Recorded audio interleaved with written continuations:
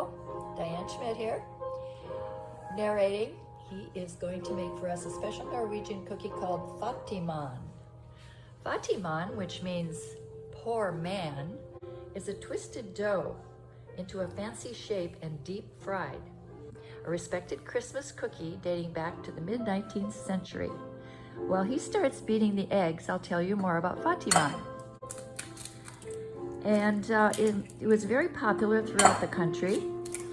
And cream, eggs, and butter were easy to come by on Norwegian farms, but you'll notice there's no cream or butter in this particular recipe, hence poor man Fattigmann. Okay, whip up those eggs till they're light and fluffy.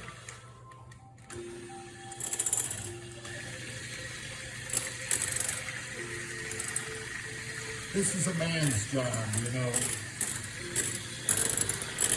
All you men, take notes.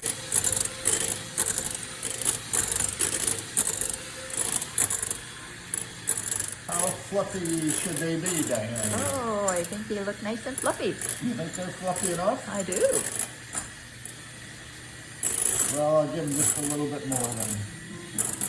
The next ingredients to go in are going to be some extracts. It's a half teaspoon of each, just a little bit of rum, a little bit of brandy, and a little bit of lemon. Add the extracts now? Yep. There you go. And also the sugar. Add the sugar, pre-measured out. Pre-measured, 2.5 teaspoons. Add the flour. Yes. Flour and salt. And where did I put the salt? It's in with the flour. Okay. And just pour it in? I would say so, kind of all around the bowl. This is not my main thing in life, but we always have had cookie bakes.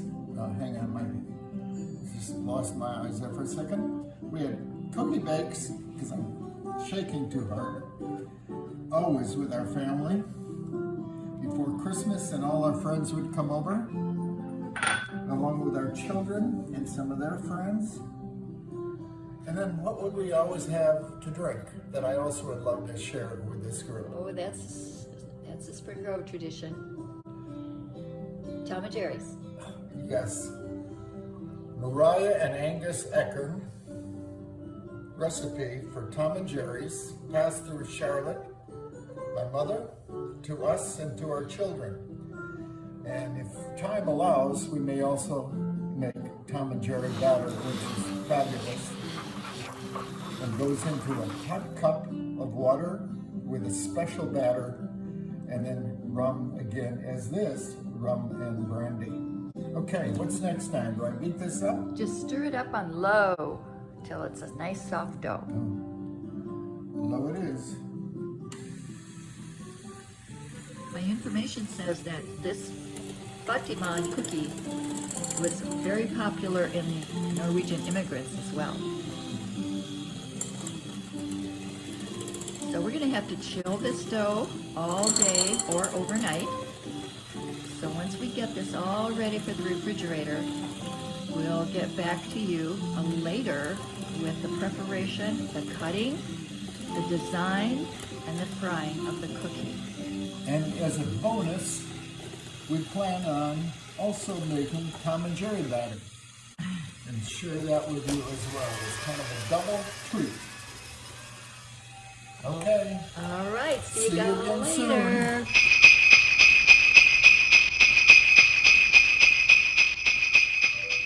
Well, good morning. It's now Sunday morning, 24 hours later. Coincidentally, it's Diane and my anniversary, as we had a Christmas wedding right there in Trinity Lutheran Church. We have just rolled out some of the Fattigmann dough. We unfortunately don't have the right kind of a cutter, but we're in the process of first cutting it into triangular, or what kind of shapes, Diane? Diamond shape. Diamond shapes. Goes with the anniversary. It goes with the anniversary. And then we're going to take and put that into the, frying process over here to fry it for a little bit in an oil. And then we take and we put a little bit of powdered sugar on it, Diane, as a finish. and then we put them away. And by the way, we hope that there won't be a big crowd because this process seems to be more complicated than Rachel's instruction would have implied. But here we go. So I'm going to try to diamond cut. This is not necessarily, and they're supposed to be about 3 by 3. I'm cutting one out right here. And then I'll cut another one out right next to it if I can. And oh, it's getting to be look not much like a diamond. But that's the best it's going to be. And we'll continue to do this for the next 3 or 4 hours, I think. And then we'll bake them and we'll show you the results at that point in time. We would mention that it's a very beautiful morning where we're at. We hope you are all having snow or beautiful weather as well and are into your Christmas spirits. Little slit so we can fold them up. Oh, we got to put a little slit in them, Diane said. That's so what we the fold them up, did. fold them up, fold them up. Okay. Now we're going to fold one up so you can see how that goes. Oh, we are? This is not very easy for... That other tool might be helpful. Yes, we need another tool, Diane. That's a good... We have it on our Christmas plate, of course. We'll see if I can do this. Yes, it's coming along very well. It's perfectly perfect. So we'll check back in with you in a few minutes after we get a little bit further in the process.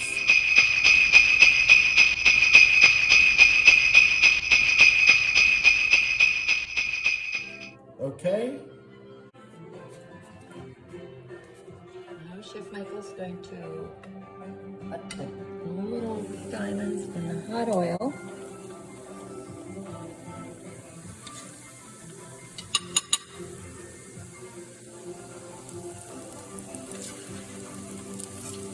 Did you see how I rolled those off it, just like you do kind of when you're making lefse? So I just rolled them right off onto here. I think about doing this over a wood stove when it was probably 42 degrees, and you've got mittens and a sweater on, and you're doing this as your children hopefully are sleeping, and your husband as well. But so we turn these, we've been told, until they're golden brown. I would also suggest that if you're going to do this Fattigmann, that you have a diamond cutter. Since we in all of our cutters didn't seem to have a diamond one, heat maybe a little more than we want here, baby. Again, it's my partner Diane and I doing this, coming to you from other part of the country. When we get these done, we're going to show you how to make Tom and Jerry's, which will be much quicker. And well, this is totally enjoyable, and they'll be delicious, I'm sure. We did, what did we do last year? Brown sticks? What were they called, Diane? Bruna penna. And they were delicious. And they were delicious. Let's see about these. We're going to have to dust them with powdered sugar. Diane says we dust them with powdered sugar. So that'll be the next step. Okay. I don't know if this is the proper way, but it seems like I should be getting up. Okay? Yum. Yum, yum, yum. Cup of coffee? All right.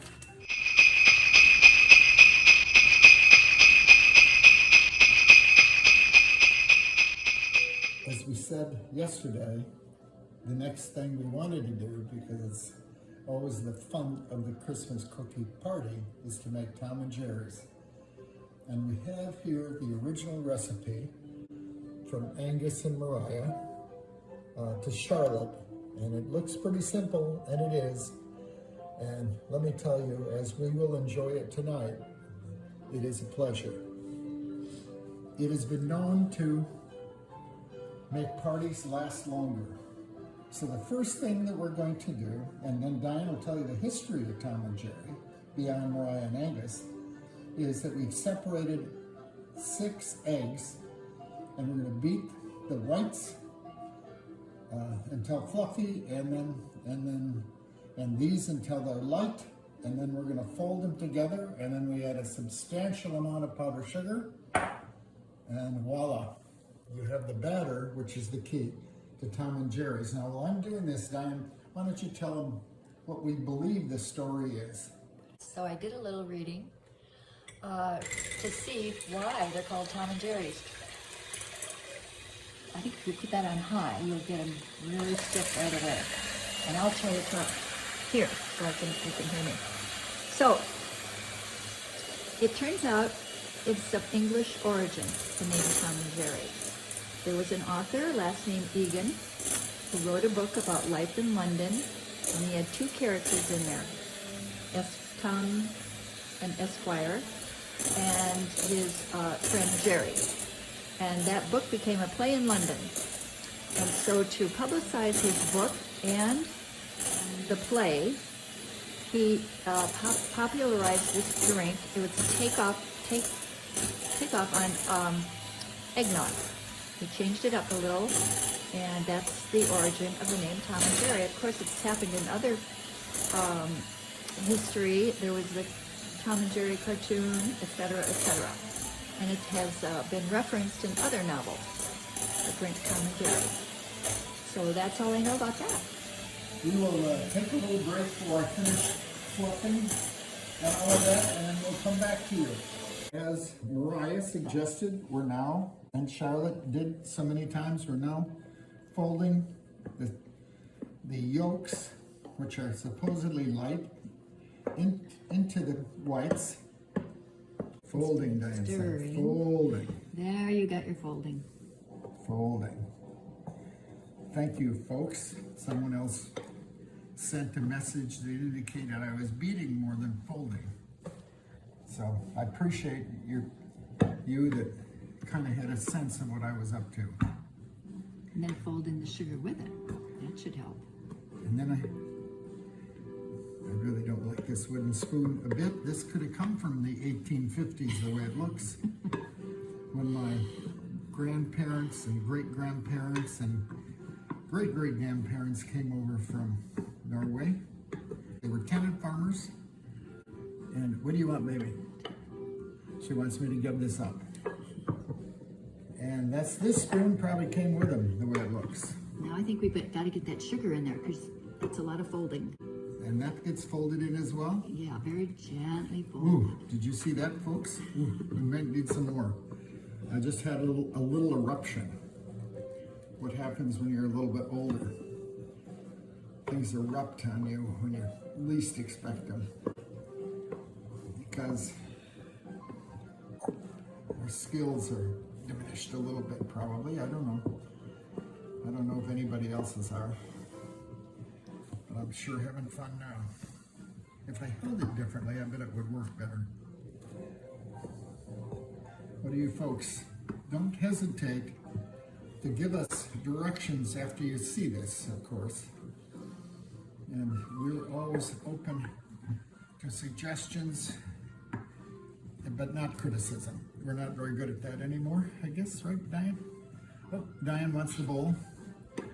So this batter, which is the key to Tom and Jerry's, along with making sure you have some liquor, and then they're best after dark. And this will be the first batch we'll make when our kids arrive later in December. We'll do it again. Okay? Now, do we need that in the refrigerator? Do I need to put it right now in the refrigerator, Diane suggests? Since we got the dough out of the refrigerator and made all these, well, maybe not so attractive cookies, how they ever did that when they did it back from the mid-19th century is beyond me. But this bowl now, this is a half a recipe, by the way.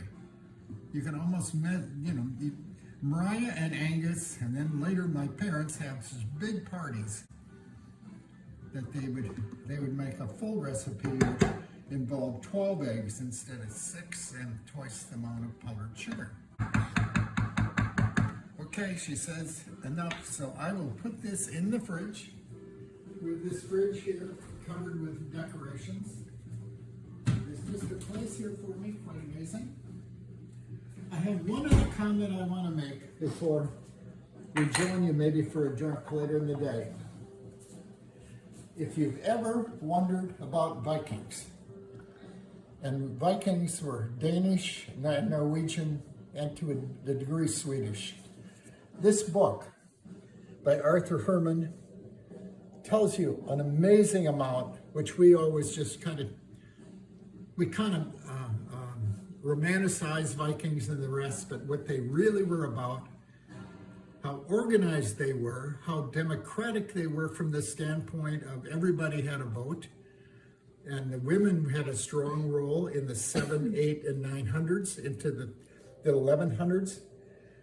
I strongly recommend you want to be or interested in Vikings, do pick up this book at the Heritage Center.